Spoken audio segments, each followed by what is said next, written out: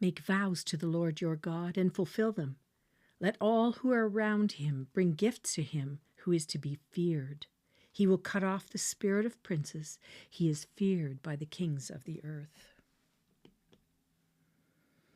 For by grace you have been saved through faith, and that not of yourselves. It is the gift of God, not as a result of works, so that no one may boast. Numbers chapter 31. Then the Lord spoke to Moses, saying, Take full vengeance for the sons of Israel on the Midianites. Afterwards you will be gathered to your people. Moses spoke to the people, saying, Arm men from among you for the war, that they may go against Midian to execute the Lord's vengeance on Midian. 1,000 from each tribe of all the tribes of Israel you shall send for the war. So there were furnished from the thousands of Israel 1,000 from each tribe, 12,000 armed for war. Moses sent them, 1,000 from each tribe, to the war, and Phinehas the son of Eleazar the priest to the war with them, and the holy vessels and the trumpets for the alarm in his hand. So they made war against Midian, just as the Lord had commanded Moses, and they killed every male. They killed the kings of Midian along with the rest of their slain, Evi and Rechem and Zur and Hur and Reba, the 5 kings of Midian. They also killed Balaam the son of Peor with the sword. The sons of Israel captured the women of Midian and their little ones, and all their cattle and all their flocks and all their goods they plundered. Then they burned all their cities where they lived and all their camps with fire. They took all the spoil and all the prey, both man and of beast. They brought the captives and the prey and the spoil to Moses, and to Eleazar the priest, and to the congregation of the sons of Israel, to the camp at the plains of Moab, which are by the Jordan, opposite Jericho. Moses and Eleazar the priest and all the leaders of the congregation went out to meet them outside the camp. Moses was angry with the officers of the army, the captains of thousands and the captains of hundreds, who had come from service in the war. And Moses said to them, Have you spared all the women? Behold, these caused the sons of Israel, through the counsel of Balaam, to trespass against the Lord in the matter of Peor. So the plague was among the congregation of the Lord. Now therefore kill every male among the little ones, and kill every woman who has known man intimately. But all the girls who have not known man intimately spare for yourselves. And you camp outside the camp for 7 days. Whoever has killed any person, whoever has touched any slain, purify yourselves, you and your captives. On the 3rd day and on the 7th day, you shall purify for yourselves every garment and every article of leather and all the work of goat's hair and all articles of wood. Then Eleazar the priest said to the men of war who had gone to battle, This is the statute of the law which the Lord has commanded Moses. Only the gold and the silver, the bronze, the iron, the tin, and the lead, everything that can stand the fire, you shall pass through the fire, and it shall be clean. But it shall be purified with water for impurity. But whatever cannot stand the fire, you shall pass through the water. And you shall wash your clothes on the 7th day and be clean, and afterward you may enter the camp. Then the Lord spoke to Moses, saying, You and Eleazar the priest and the heads of the fathers' households of the congregation take account of the booty that was captured, both of man and of animal, and divide the booty between the warriors who went out to battle and all the congregation.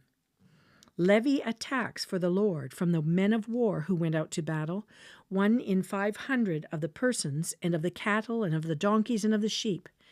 Take it from their half, and give it to Eleazar the priest as an offering to the Lord. From the sons of Israel's half, you shall take 1 drawn out of every 50 of the persons, of the cattle, of the donkeys, and of the sheep, from all the animals, and give them to the Levites who keep charge of the tabernacle of the Lord. Moses and Eleazar the priest did just as the Lord had commanded Moses. Now the booty that remained from the spoil which the men of war had plundered was 675,000 sheep and 72,000 cattle and 61,000 donkeys, and of human beings, of the women who had not known man intimately. All the persons were 32,000. The half, the portion of those who went out to war, was as follows. The number of the sheep was 337,500, and the Lord's levy of the sheep was 675, and the cattle were 36,000, from which the Lord's levy was 72, and the donkeys were 30,500, from which the Lord's levy was 61. And the human beings were 16,000, from whom the Lord's levy was 32 persons. Moses gave the levy, which was the Lord's offering, to Eleazar the priest, just as the Lord had commanded Moses. As for the sons of Israel's half, which Moses separated from the men who had gone to war, now the congregation's half was 337,500 sheep, and 36,000 cattle, and 30,500 donkeys, and the human beings were 16,000. And from the sons of Israel's half, Moses took one drawn out of every 50, both of man and of animals, and gave them to the Levites who kept charge of the tabernacle of the Lord, just as the Lord had commanded Moses. Then the officers who were over the thousands of the army, the captains of thousands and the captains of hundreds, approached Moses, and they said to Moses, "Your servants have taken a census of men of war who are in our charge, and no man of us is missing. So we have brought as an offering to the Lord what each man found, articles of gold, armlets and bracelets, signet rings, earrings, and necklace, to make atonement for ourselves before the Lord." Moses and Eleazar the priest took the gold from them, all kinds of wrought articles. All the gold of the offering which they offered up to the Lord, from the captains of thousands and the captains of hundreds, was 16,750 shekels. The men of war had taken booty, every man for himself. So Moses and Eleazar the priest took the gold from the captains of thousands of hundreds and brought it to the tent of meeting as a memorial for the sons of Israel before the Lord. Numbers 32. Now the sons of Reuben and the sons of Gad had an exceedingly large number of livestock. So when they saw the land of Jazer and the land of Gilead, that it was indeed a place suitable for livestock, the sons of Gad and the son of Reuben came and spoke to Moses and to Eleazar the priest and to the leaders of the congregation, saying, Ataroth, Dibon, Jazer, Nimrah, Heshbon, Eliah, Sibam, Nebo, and Beon, a land which the Lord conquered before the congregation of Israel, is a land for livestock, and your servants have livestock. They said, If we have found favor in your sight, let this land be given to your servants as a possession. Do not take us across the Jordan. But Moses said to the sons of Gad and to the sons of Reuben, Shall your brothers go to war while you yourselves sit here?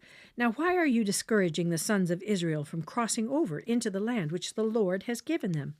This is what your fathers did when I sent them from Kadesh Barnea to see the land. For when they went up to the valley of Eshcol and saw the land, they discouraged the sons of Israel so that they did not go into the land which the Lord had given them. So the Lord's anger burned in that day, and he swore, saying, None of the men who came up from Egypt from 20 years old and upward shall see the land which I swore to Abraham, to Isaac, and to Jacob. For they did not follow me fully, except Caleb the son of Zephunah, the Kenizzite, and Joshua the son of Nun. For they have followed the Lord fully. So the Lord's anger burned against Israel, and he made them wander in the wilderness 40 years, until the entire generation of those who had done evil in the sight of the Lord was destroyed. Now behold, you have risen up in your father's place, a brood of sinful men, to add still more to the burning anger of the Lord against Israel. For if you turn away from following him, he will once more abandon them in the wilderness, and you will destroy all these people. Then they came near to him and said, We will build here sheepfolds for our livestock and cities for our little ones. But we ourselves will be armed, ready to go before the sons of Israel until we have brought them to their place, while our little ones live in the fortified cities because of the inhabitants of the land. We will not return to our homes until every one of the sons of Israel has possessed his inheritance.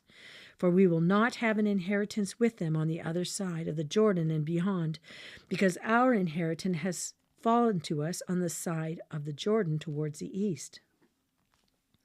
So Moses said to them, if you will do this, if you will arm yourselves before the Lord for the war, and all of you armed men cross over the Jordan before the Lord until he has driven his enemies out from before him, and the land is subdued before the Lord, then afterwards you shall return and be free of the obligation toward the Lord and toward Israel, and this land shall be yours for a possession before the Lord. But if you will not do so, behold, you have sinned against the Lord, and be sure your sin will find you out. Build yourselves cities for your little ones and sheepfolds for your sheep, and do what you have promised. The sons of Gad and the sons of Reuben said to Moses, saying, your servants will do just as my Lord commands. Our little ones, our wives, our livestock, and all our cattle shall remain there in the cities of Gilead, while your servants, everyone who is armed for war, will cross over in the presence of the Lord to battle, just as my Lord says. So Moses gave command concerning them to Eleazar the priest, and to Joshua the son of Nun, and to the heads of the fathers' households of the tribes of the sons of Israel. Moses said to them, if the sons of Gad and the sons of Reuben, everyone who is armed for battle, will cross over with you over the Jordan in the presence of the Lord, and the land is subdued before you, then you shall give them the land of Gilead for your possession. But if they will not cross over with you armed, they shall have possessions among you in the land of Canaan. The sons of Gad and the sons of Reuben answered, saying, as the Lord has said to your servants, so we will do. We ourselves will cross over armed in the presence of the Lord into the land of Canaan, and the possession of our inheritance shall remain with us across the Jordan. So Moses gave to them, to the sons of Gad and to the sons of Reuben, and to the half-tribe of Joseph's son Manasseh, the kingdom of Zion, the king of the Amorites, and the kingdom of Og, the king of Bashan, the land with its cities and their territories, the cities of the surrounding land. The sons of Gad built Dibon and Ataroth and Aroer and Atroth-Shophan and Jazer and Jogbehah and Beth Nimrah and Beth Haran as fortified cities, and sheepfolds for sheep.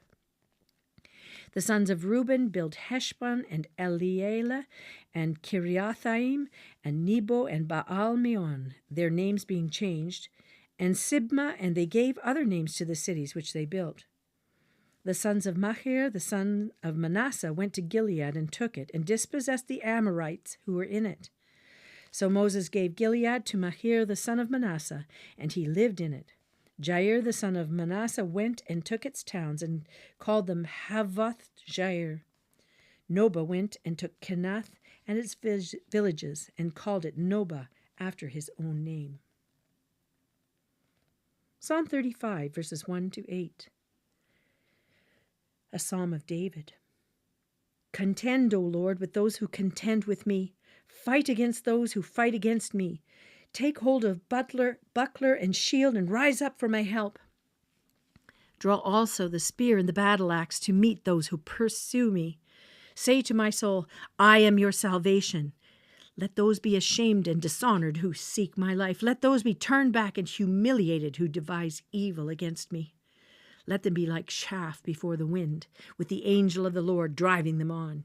Let their way be dark and slippery, with the angel of the Lord pursuing them. For without cause they hid their net for me. Without cause they dug a pit for my soul.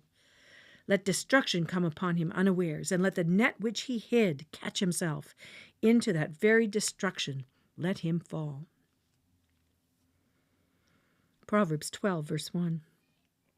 Whoever loves discipline loves knowledge, but he who hates reproof is stupid. Mark chapter 14, verses 53 to 72. They led Jesus away to the high priest, and all the chief priests and the elders and the scribes gathered together. Peter had followed him at a distance, right into the courtyard of the high priest, and he was sitting with the officers and warming himself at the fire.